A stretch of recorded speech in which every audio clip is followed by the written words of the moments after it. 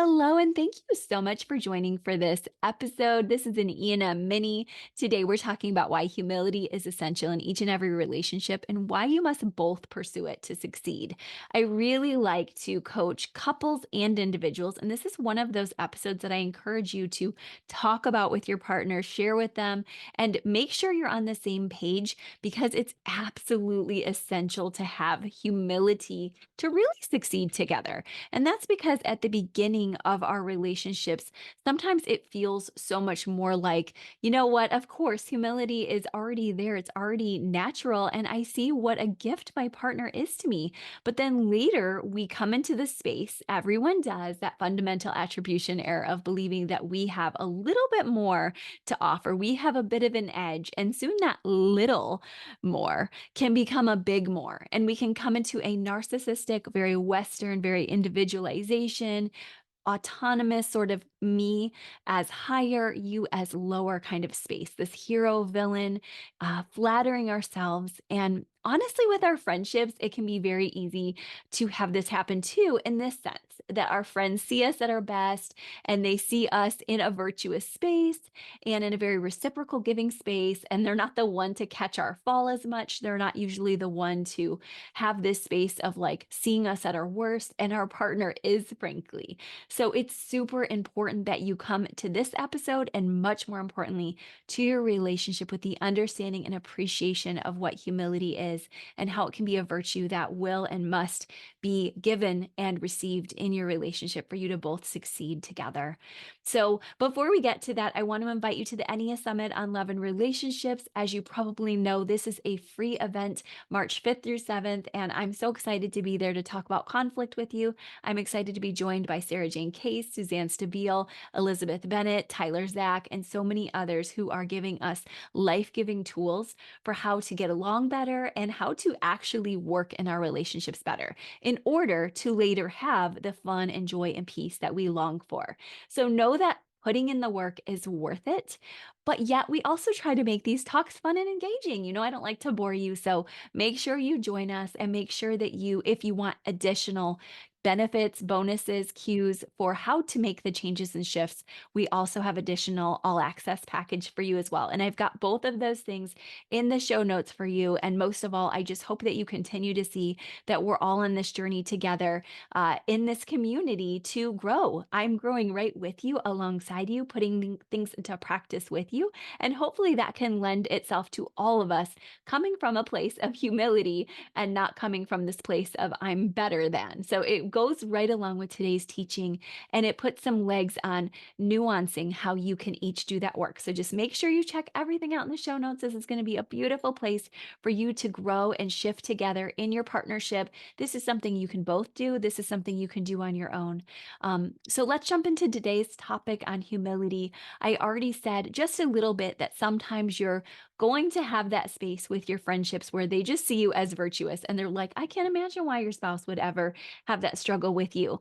But to define humility is really the absence or pride and conceit in a relationship. And I think it's just important that you notice to have healthy pride means I take care of this and that, and here's my strengths.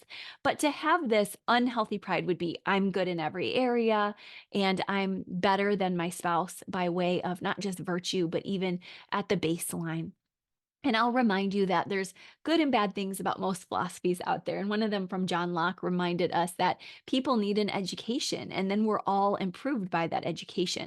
But I'm here to remind you that, just as I said, not every philosopher has every single piece correct. And one piece that he's missing is that even if we had equal educations with our partners, even if we were like, I'm at the exact same NEA Summit as you, we heard everything, we took it in the same way, we still have something Locke didn't know, which is different neurobiologies, epigenetics. He didn't realize that. And we actually now know so much more about trauma, that it can happen in utero. We know that everyone still has a different neurobiology, even without just our nature differences, but also our nurture differences. So you have to understand, as we walk into this conversation about humility, that humility really says, my spouse has gifts I don't have, and I have gifts they don't have. And that's for all of us to really take a deep breath with, to notice, And the beautiful thing is, when we put on humility, we get along so much better culturally. And we get along so much better in the marriage culture too. Interestingly, when you are even meeting somebody outside of your culture and you notice that they have differences, sometimes we can unfortunately outgroup each other. But when we get to know them, research tells us in social psychology, we like them better because we're really giving time to see, oh, wow, there's people of different cultures or faiths or practices that I wasn't aware of that can also give to me. I remember being a little kid and my teacher was shocked and horrified when she's like, "What do you guys think of, the opposite sex?" And I was like, "Boys are dogs." And she laughed so hard. And of course, I changed my mind many times over about that. But it was a process that I had to get to know boys outside of my brother, who probably I thought was that he probably thought the same about me. And so it's really important to know that hopefully you too have grown and changed from some earlier opinions you've had of siblings or parents or even exes. And now hopefully you can see people a little less reductionistically and more holistically. And that absolutely includes your spouse, because often the one, as Wes and I said on Monday, light we can't always see is our spouse's gifts and attributes. So I want to make sure you are reminded and shored up for that on a basic level. And I want to make sure we do some more nuanced work. So let me give you a few different ways that you can cultivate humility in general in your relationship, as well as in your Enneagram work. And then we'll move on and you can go practice these.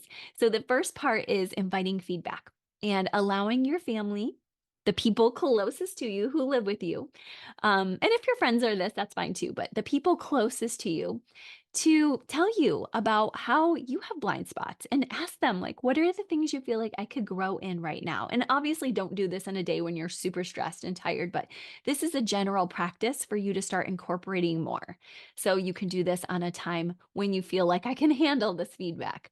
And you can use the sandwich techniques we've taught here as well, if you want to say, like, what are some good things about me? And then what's something hard? Now, also, learning from others is another way you can cultivate humility, to really allow yourself to see, I have something that I can learn from every human here. You'll notice I have guests of all types here on this show because I really believe everyone has something to teach me. And trust me, I even have room to grow in humility. I'm not saying I'm so humble. I'm just saying that I know this truth that everyone has worth and dignity and value, and therefore we can all learn from each other. So allow yourself to hear what others have to tell and allow their stories to matter to you. And especially in your marriage, let them teach you what they know. They have things you don't have.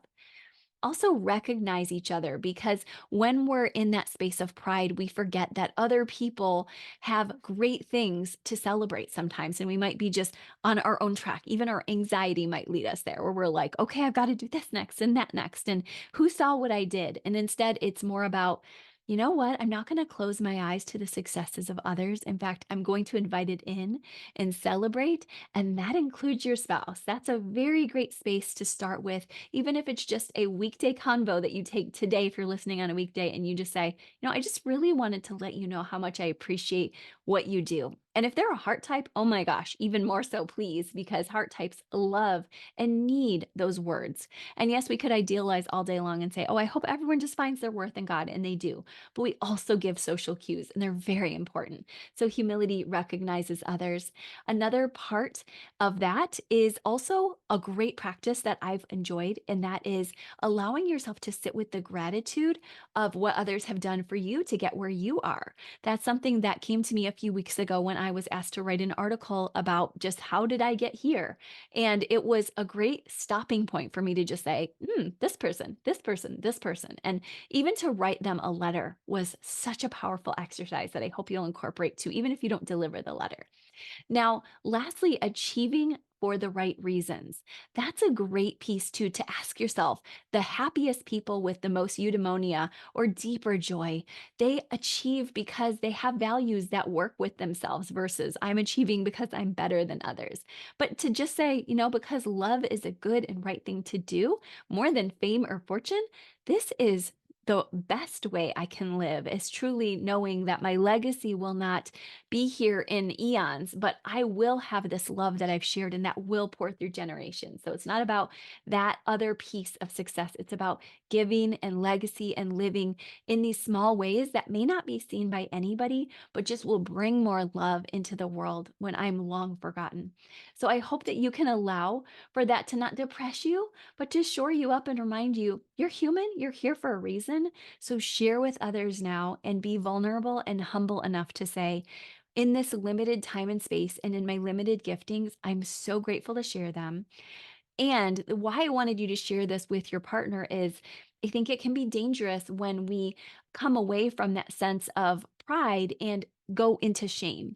And I don't want that for you. I don't want that to be your journey. I want you to be able to say, I have worth and value and dignity as a fellow human, a co-heir, and also my partner here. I want you to know you do too. So let's not shame ourselves. But let's celebrate our gifts as well as learn from each other and others. Now, lastly, let's just walk through briefly something each personality type can take away as well. And you can check out our Instagram series on this week as well. But it's a very brief reminder of what might be an issue that you step into.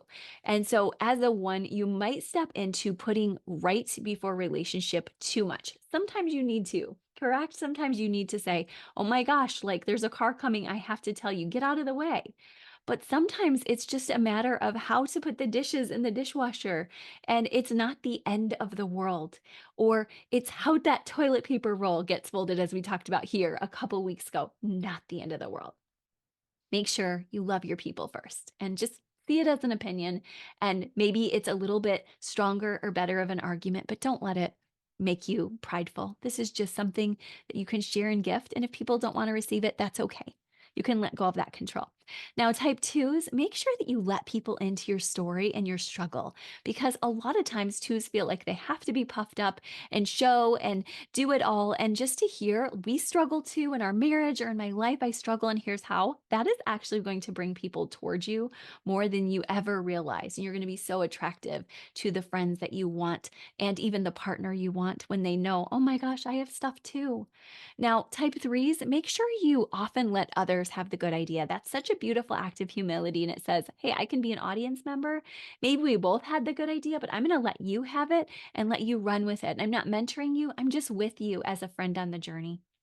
Now, as a four, make sure that even if you're a little bit envious of somebody along the way, that you don't just cut them off. Sometimes we say to fours, don't spend time overly scrolling, but allow yourself to learn from the people that you admire and tell them that you admire them versus just allowing it to be a cold space of introverting or shaming. And please know that you don't have to be ashamed either. You have so much value and worth. And hopefully, you can continue to find friends who know that and don't shame you. Now, type fives, know that I get that you have this dialectic of super arrogance at times of the intellect and the beautiful gifts you have, as well as detriment, just feeling like you don't know enough and that you don't have anything to offer. And I want you to tarry in the middle there. I want you to allow the humility of knowing I don't know it all, and that's okay, as well as we all have beautiful gifts, all of us, and I have some too. Now, for a six, I know that you often have in groups and out groups and support places, but I want you to understand that there are other sixes who are really intelligent too and who have different opinions and beliefs about being good and right. And similar to what I said to one, but now in groups, I want you to allow yourself to show love and realize that everyone has a gift to offer in the checks and balances of the world. And even those who are practicing evil probably have a long history of evil and trauma. And so I want you to exercise more love and grace as much as possible, even as you fight for justice. Now, in your seven space, if you're a seven, I know you often think, I have to do it all. And what I want you to do is reflect with humility on those who have brought you to where you are today and those who continue to help you and encourage you, versus, like I said, thinking that you have to do it all. Just stop, just breathe, just allow yourself to see. Now, if you're in the eight space, I want you to realize that not everybody has the same energy as you do for the love that you share and that they bring to the relationship in a way that you probably aren't seeing because you're moving so fast. And so I want you to ask your people, how am I missing the ways that you're loving me? And do you think I'm missing it? And they'll probably tell you, yeah, I stopped because I was doing things that you never saw. And so you could get people to move towards you if you come in with that humility of show me and teach me what I missed in our relationship. Now, nines, I understand how loving you are. Sometimes your humility comes in and even just naturally exudes, and you don't want to say anything. But sometimes you come into your justice space too, and you say, like, I'm doing a lot and I know what my right action is, and I wish everybody could see it. But I want you to remember this is your particular gift as a nine. You really do have this innate ability to see all sides. So when you show us and when you teach us, it really feeds our spirits and helps us to know it too. So don't lay down, come in. Of course, though, be humble with it so that we don't come in feeling that you have an arrogance over us and teach us with patience. So thank you guys, all of you, for doing this work with me, alongside me. I'm so grateful for you. I am still doing this journey with you. That is a constant. And let's keep doing this together. And please show up for the Enia Summit if you want even more tips together. Okay, talk to you soon. Bye bye.